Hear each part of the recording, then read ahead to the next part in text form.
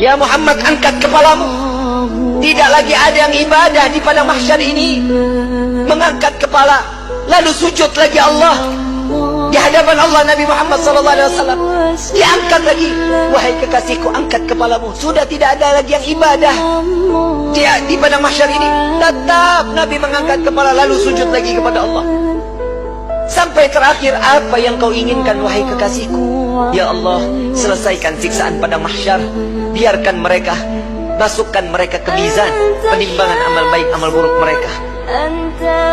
Ya Muhammad, engkau meminta tanpa sujud kepadaku, aku akan memberikan apa yang kau inginkan.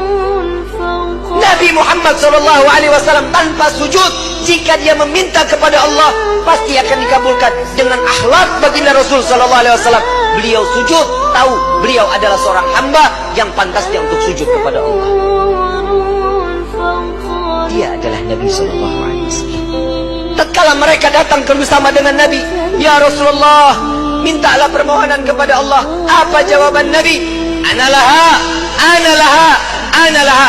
Aku yang dapat menolong kalian. Aku yang akan memberikan syafaat kepada kalian. Aku yang akan membebaskan kalian dari siksaan padang mahsyar di hari ini. Saat dia meminta selesai padang mahsyar, masuk mereka semua ke mizan. Sampai di mizan, Nabi berdiri di depan mizan, melihat rombongan daripada umatnya.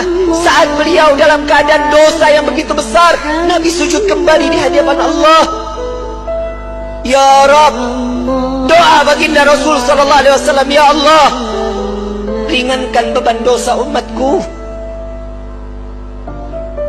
beratkan pahala mereka, ampuni dosa mereka ya Allah. Kita berbuat dosa di atas bumi Allah. Nabi yang terus menerus, sampai di mizan pun Nabi sujud kepada Allah agar kita diselamatkan, dibebaskan, agar masuknya kita ke dalam syurganya Allah. Setelah mizan, Nabi SAW berdiri lagi di sirat. Saat dimana jembatan tersebut, satu helai rambut dibelah menjadi 7, tajamnya luar biasa. Di bawahnya neraka jahanam.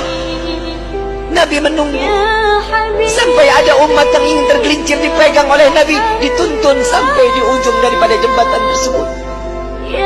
Nabi menjaga umat sampai saat di dalam surga kelak, Nabi berdiri di depan pintu surga, tidak masuk ke dalam pintu surga, menunggu satu persatu agar masuk, mereka dimasuk ke dalam surga. Sampai di dalam riwayat Siti Fatimah bertanya, ya Rasulullah, untuk apa kau berdiri di depan pintu surga? Aku menunggu umatku. Jika satu yang tertinggal belum masuk ke dalam surga, maka aku tidak akan pernah masuk ke dalam surganya Allah. Huwa Muhammad, dia adalah Sayyiduna Muhammad. Sampai di dalam satu riwayat lain, Rasulullah izin kepada Allah melihat daripada daftarnya, umat satunya belum masuk ke dalam surganya Allah. Nabi berbincang kepada Allah, ya Rabb, izinkan Muhammad untuk memeriksa neraka. Sampai beliau masuk ke dalam neraka, mencari umatnya, lalu setelah itu diambil, lalu dibawa masuk ke dalam surganya Allah. Dia adalah Sayyiduna Muhammad. Dia adalah pemimpin kalian. Dia adalah Nabi kalian. Dia adalah Rasul kalian. Tidakkah kalian malu tatkala kalian berbuat dosa di hadapan Allah? Sampai kapan hidup kita selalu tutup mata di dalam kemaksiatan kepada Allah?